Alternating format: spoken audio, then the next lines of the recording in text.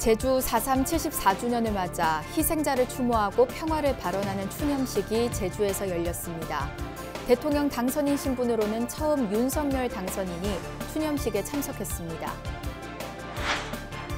불기 2566년 부처님 오신 날 봉축 일정이 대구에서도 본격화됐습니다. 대구 도심 봉축탑이 환하게 불을 밝혔습니다.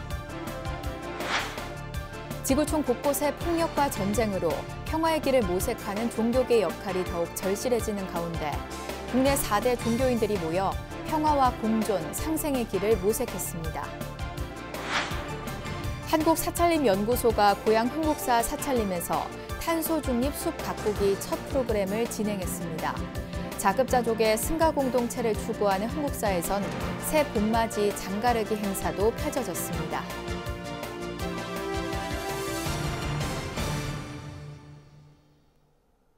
여러분 안녕하십니까? 4월 4일 월요일 BBS 뉴스입니다. 해방 직후 빚어진 현대사 최대 비극인 제주 4.3 사건 74주년을 맞아 희생자를 추모하고 평화를 발언하는 추념식이 제주에서 열렸습니다. 상대적으로 컸던 제주 불교계 피해의 진상규명 목소리가 높은 가운데 대통령 당선인 신분으로는 처음 윤석열 당선인이 추념식에 참석했습니다. 제주 BBS 김종광 기자입니다. 제74주년 제주 4.3 희생자 추념식이 제주 4.3 평화공원 위령재단과 추념광장에서 봉행됐습니다.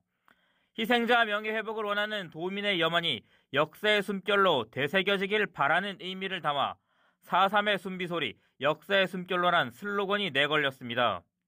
윤석열 대통령 당선인이 직접 4.3 추념식을 찾아 4.3 희생자와 유가족들의 온전한 명예회복을 약속했는데 보수정당 대통령이나 당선인이 4.3 추념식에 참석한 것은 이번이 처음입니다. 우리는 4.3의 아픈 역사와 한 분 한 분의 무고한 희생을 기억하고 있습니다. 4.3의 아픔을 치유하고 상흔을 돌보는 것은 4.3을 기억하는 바로 우리의 책임이며 화해와 상생 그리고 미래로 나아가기 위한 대한민국의 몫입니다.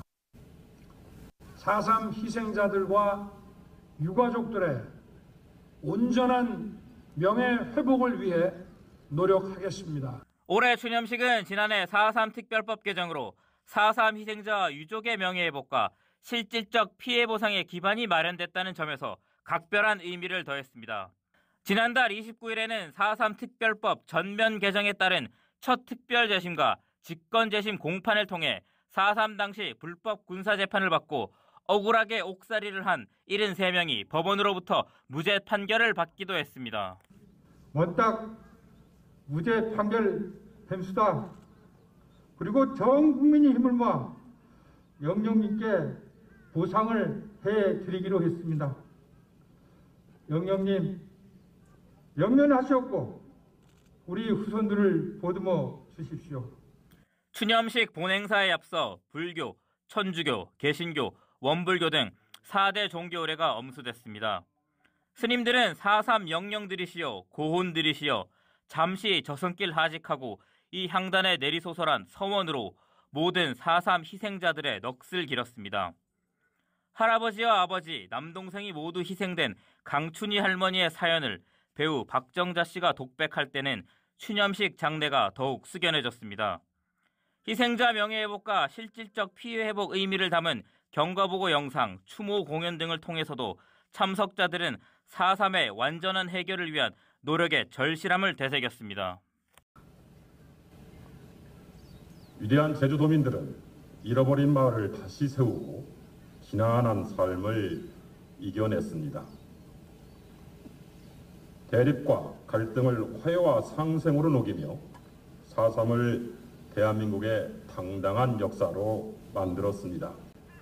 제주도민과 국민 여러분, 제주 4.3은 과거의 기억이 아닙니다. 살아 숨쉬는 역사입니다. 이번 추념식을 계기로 4.3 당시 상대적으로 큰 피해를 본 것으로 파악되고 있는 제주 불교계 희생에 대한 진상규명을 촉구하는 목소리도 커질 것으로 보입니다. 제주도 4.3 사건의 스님들이 그냥 무고하게 들어가지고 가신 것이 아니고 상당한 그 열정을 가지고 포교를 하다가 돌아가신 분들이 많으니까 그 정신을 보존하는 그러한 차원의 4.3 특별법 전부 개정으로 희생자 명예회복이 큰 진전을 이룬 가운데 4.3으로 피해를 입은 제주 불교계의 진정한 봄날을 되찾기 위한 숙제들은 여전히 남아 있습니다. BBS 뉴스 김종광입니다.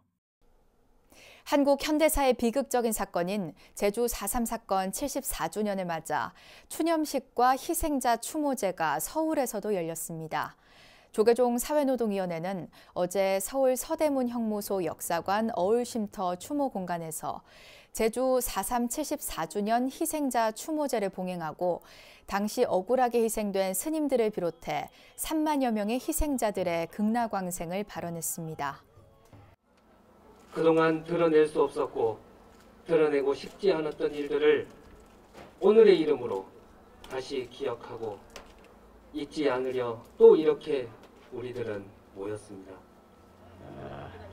특별법 개정 과정에서도 불교 피해에 관한 내용이 어느 날인가는 보고가 되고 반영을 요청한 바도 있습니다. 불교계의 노력과 더불어서 저희들 법문에서도 불교계의 피해가 반영되고 그렇게 할 수 있도록 함께 노력하겠습니다. 조계종 사회노동위 스님들은 연불 기도를 올리고 지난해 말 4.3 특별법 일부 개정안 통과를 계기로 유가족과 불교계의 명예회복과 진상규명이 조속히 이루어져야 한다고 촉구했습니다. 추모제에 앞서 제주 4.3 범국민위원회 등이 주관한 4.3 74주년 서울 추념식이 진행됐습니다. 제주 4.3 사건으로 스님 15명이 총살과 수장, 고문 후유증 등으로 희생되고 사찰로 대피해온 주민들을 지키다 35개 사찰이 전소, 폐허 등의 피해를 입었습니다. 불기 2566년 부처님 오신 날을 앞두고 불교계가 본격적인 봉축 일정에 들어간 가운데 대구 도심에서 봉축탑이 환하게 불을 밝혔습니다. 대구 불교계는 코로나19 상황을 고려해 올해도 달구벌 관등놀이를 비롯한 대규모 봉축 행사는 열지 않기로 했습니다. 대구 BBS 박명환 기자입니다. 대구 도심에 자리한 국제보상운동기념공원. 불기 2566년 부처님 오신 날을 봉축하는 봉축탑이 지난 2일 환하게 불을 밝혔습니다. 대구 봉축탑은 불국사 석가탑의 모양을 본뜬 3층 석탑으로 조성됐습니다. 봉축탑 주위로는 사천왕산과 연꽃 모양의 대형 한지 등이 어우러졌습니다. 점등식 참석자들은 지구촌 모든 인류가 코로나19와 전쟁 등 어려움에서 벗어나 평화와 자비의 길로 함께 나아갈 수 있기를 발언했습니다. 온 세상이 한마음으로 어려움을 극복하고 오늘이 평화롭고 행복한 지혜와 자비의 길로 함께 나아가기를 발언하며 정진해 나아가겠습니다. 대구 불교 총연합회 주최로 진행된 점등식은 조계종은 물론 태고종과 진각종, 관음종, 대구 불교 사원연합회 등이 함께 동참해 지역 불교계가 하나된 모습을 보여줬습니다. 하지만 코로나19 상황을 고려해 각 종단과 신도의 대표자, 지역 기관단체장 등 최소 인원만 참석한 가운데 진행하면서 방역에 솔선수범했습니다. 대구 불교계는 앞으로도 시민들과 함께 코로나19 극복에 앞장설 것을 다짐했습니다. 이 코로나 우리 대구가 제일 먼저 발발해가지고 대구가 지금 막 절단이 날락할 때 그래도 대구 시민이 사재기하지 않고 질서를 지키고 나보다 이웃을 위하고 남을 위하는 그런 헌신과 희생 정신으로 코로나를 박멸했다.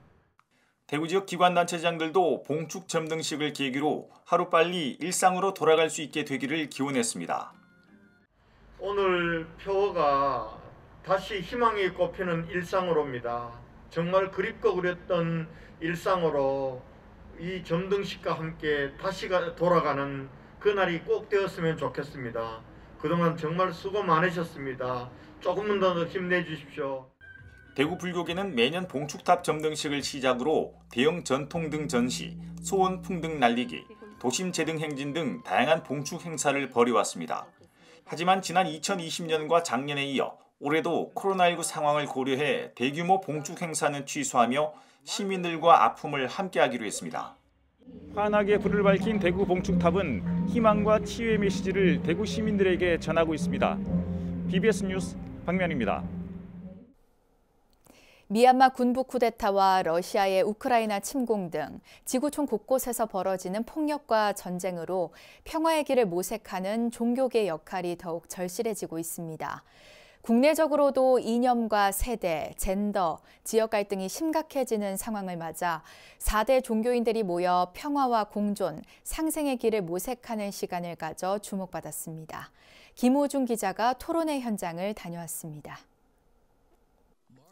일생을 평화운동에 헌신한 고 틱나탄 스님은 종교의 본질은 같다고 설했습니다. Jesus Christ is a Buddha of the West.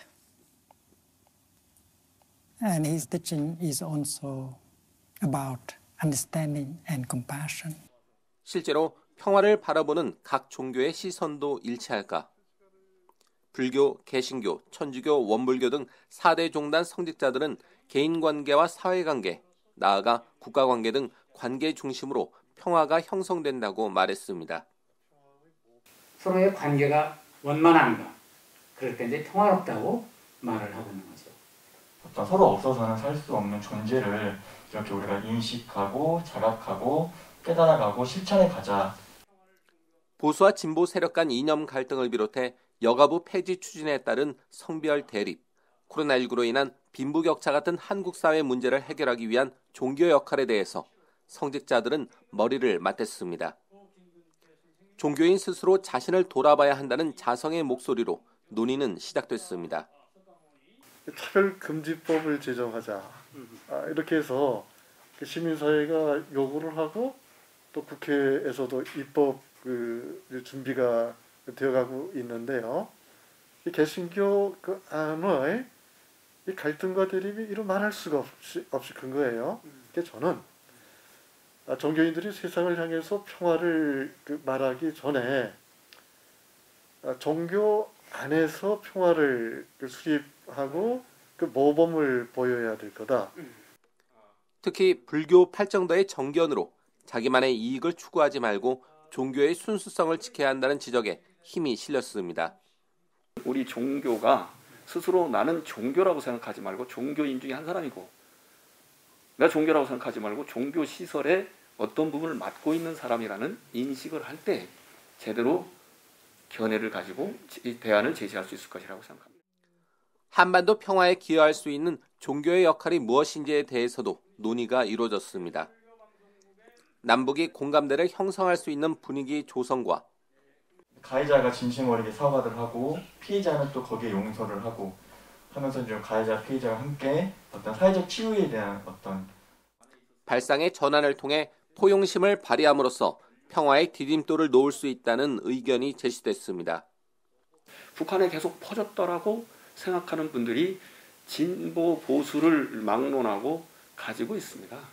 네.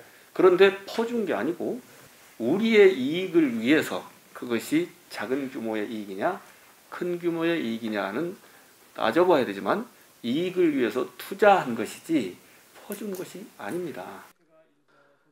100분간 진행된 종교 간 대화에서 종교인들은 우리 사회에 산적한 여러 갈등을 풀기 위해서는 이웃 종교와의 협력과 연대가 필요하다는 데 뜻을 모았습니다. 이번 토론회는 민주화 인권, 평화 분야에 특화된 김근태 기념 도서관에서 열려 의미를 더했습니다. BBS 뉴스 김호준입니다. 도심 속 수행도량 서울 상도동 보문사가 선원불사의 원만한 회양을 발언하는 2차 천일기도 정진에 돌입했습니다. 상도동 보문사는 선원불사 완공을 앞두고 불자들의 원력을 하나로 모으기 위한 2차 천일기도와 1029일 영가 천도기도 입제법회를 봉행했습니다. 법회에서는 성철 스님 상좌인 해인총림 윤화 원타 스님이 법사로 나서 법문을 설했습니다.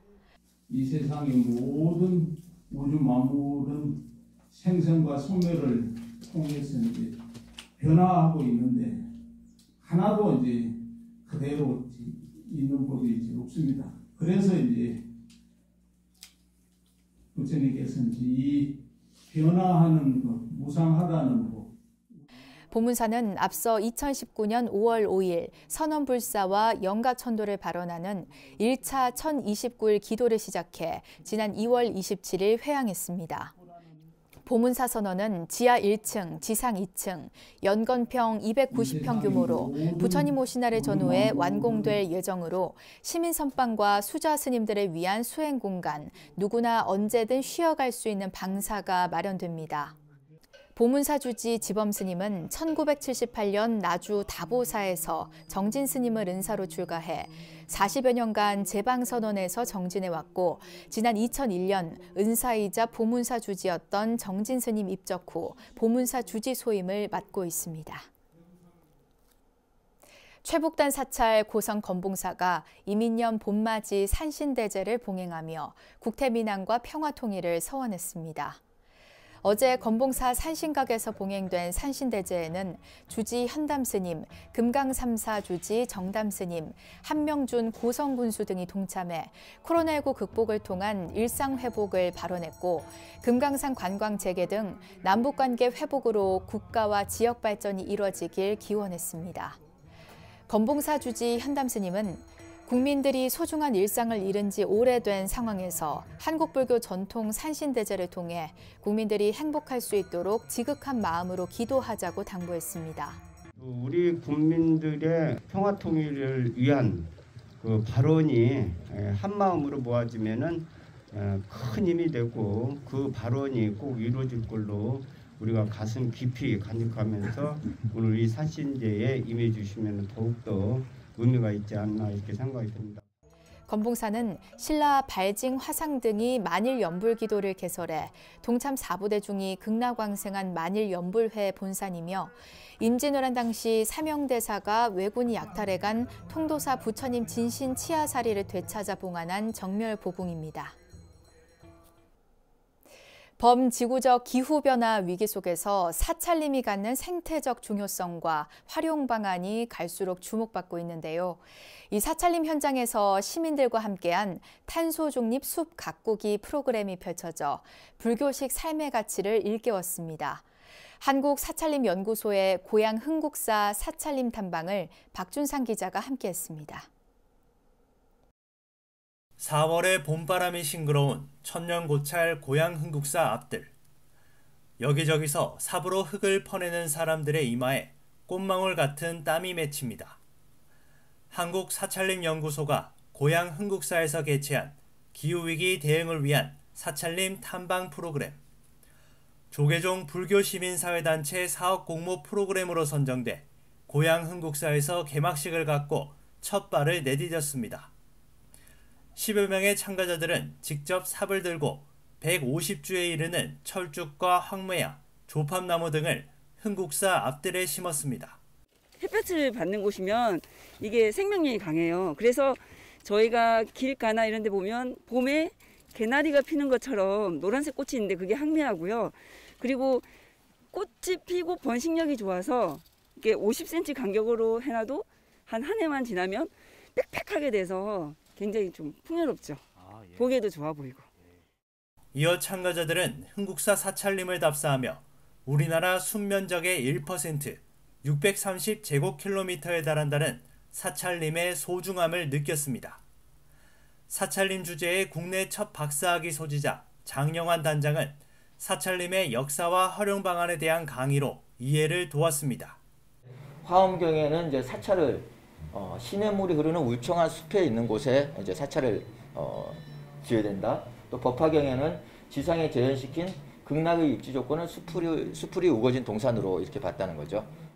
130여 국가가 탄소 중립 선언에 나서는 등 기후위기 문제가 세계적 관심사로 떠오른 상황에서 산소 생산과 대기 정화는 물론 치유의 공간을 제공하는 사찰림의 중요성을 공유했습니다. 특히 도시화에 따른 훼손과 과밀이 빚는 다양한 문제를 해결할 이른바 대안적 공간이란 점에 주목했습니다. 사찰림 주변에 있는 나무들은 되게 경관이나 종교적 영성 때문에 관리를 하기 때문에 예를 들면 사찰과 같이 1000년씩 이렇게 유지가 될 수 있는 그런 중요한 숲입니다. 지금 기후변화 시대가 되는 것은 결국은 우리가 너무 산림을 함부로 황폐화시키거나 또는 너무 함부로 이용하거나 해서 문제가 되는데요. 이제 이런 시점에서 1000년 이상 유지되어 온 사찰림이 그에 대한 하나의 해법이 될 수 있을 것이다라고 생각이 되고요. 탐방을 마친 참가자들은 발원문을 통해 자연에는 본래 쓰레기가 없는 것처럼 순환하는 삶을 살기 위해 노력할 것을 다짐했습니다. 환경 문제의 심각성을 새삼 돌아보면서 동시에 부처님 가르침을 실천하겠다는 다짐의 계기가 됐습니다. 아유, 흐뭇하죠. 너무 좋습니다. 원래 저희들은 환생불, 환경을 생각하는 불자들입니다. 평소 뭐 무심히 쓰던 그런 용구들을 좀 덜 쓰고 그 다음에 분리수거, 재활용 잘 해야 되겠다라는 생각을 많이 했습니다.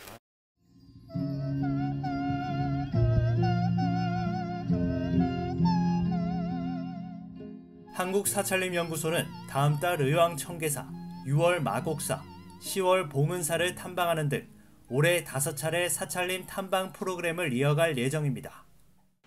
현대인들의 이기심으로 신음하는 지구촌 위기 속에서 청빈과 소육지족의 불교적 삶이 더욱 주목받고 있습니다. BBS 뉴스 박준상입니다. 자급자족의 승가 공동체를 추구하고 있는 고향 흥국사가 새봄을 맞아 시민들과 함께 장가르기 행사를 진행해 관심을 모았습니다. 고향 흥국사는 지난 토요일 설법전 앞들에서 지난 설 연휴 공무원불자연합회 회원들과 시민들이 함께 담근 장을 간장과 된장으로 가르는 행사를 열어 전통문화의 중요성을 알렸습니다. 흥국사 주지 철산 스님은 장가르기를 한 뒤에는 6개월에서 1년 정도 숙성하는 시간이 필요하다며 몸에 좋은 한약재와 오미자, 도라지 등 다양한 식재료들을 첨가하면 더 좋은 식재료가 된다고 말했습니다. 그러면서 전통적 방법을 체험해보면서 사찰이 간직해온 고유의 장 만들기를 접할 기회가 됐으면 좋겠다며 전통문화 계승에 더욱 관심을 가져줄 것을 당부했습니다.